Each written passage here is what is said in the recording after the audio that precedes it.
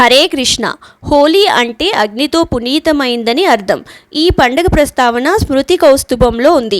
ఇది రాక్షస పీడ నివారణకు సంకేతం. పౌరాణిక కథనం ప్రకారం ప్రహ్లాదుణ్ణి విష్ణుభక్తి నుంచి మరలించటానికి తండ్రి హిరణ్యకశిపుడు చేసిన ప్రయత్నాల్లో సోదరి హోలికను నియోగించటం ఒకటి. ఆమె హిరణ్యకశిపుడి సోదరే. బాలుణ్ణి మంటలకు ఆహుతి చేయమని కోరగా ప్రహ్లాదుని ఒడిలో పెట్టుకుని అగ్నిలోకి దూకింది. విష్ణుమాయతో ప్రహ్లాదుడు రక్షణ పొందాడు. కానీ హోలిక చనిపోయింది. దీనికి సూచనగా హోలీ పండుగకు మంటలు వేస్తారు. పరమశివుడికి హిమవంతుడి పుత్రిక పార్వతితో వివాహం చేయాలని దేవతలు తలచారు. తపస్సు చేసుకుంటున్న శివుడి మనస్సును మరలించేందుకు మన్మధుడిని నియోగించగా అతడు పూలబాణం ప్రయోగించాడు. కామదేవుడి వల్ల తనకు తపోభంగం కలిగిందని తెలుసుకున్న శివుడు మూడో నేత్రంతో అతన్ని భస్మం చేశాడు. అది తట్టుకోలేని కామదేవుడు భార్య రతీదేవి తన భర్తను బతికించమని వేడుకుంది. శివుడు అనుగ్రహించాడు. కానీ శరీరం లేకుండా అనంగుడిగా జీవించేలా వరాన్ని ప్రసాదించాడు.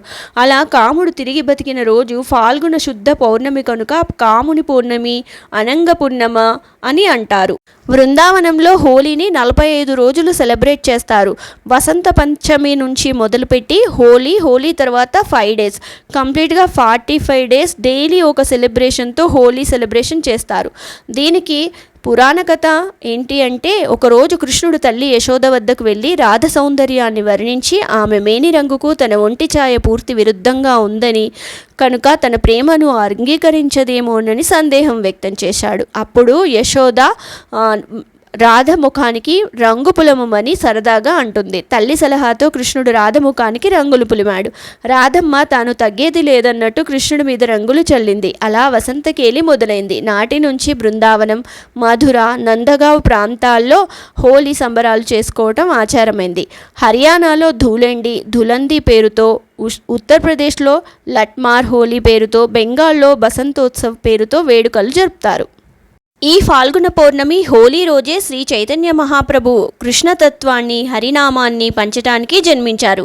అందుకే గౌర పౌర్ణమిగా వైష్ణవులు, కృష్ణ భక్తులు హోలీని సెలబ్రేట్ చేసుకుంటారు.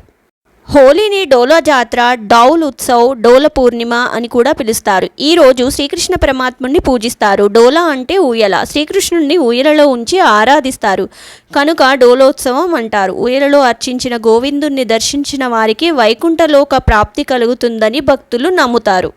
వాతావరణం చలి నుండి ఎండలోకి మారే కాలం అనారోగ్యంకి అవకాశం. సో దానికి ఉపశమనం ఈ వసంతకేలి.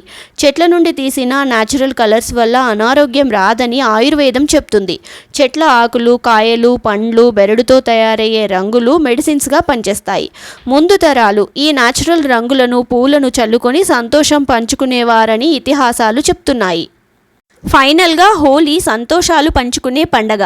అందరికీ హోలీ శుభాకాంక్షలు. హ్యాపీ హోలీ.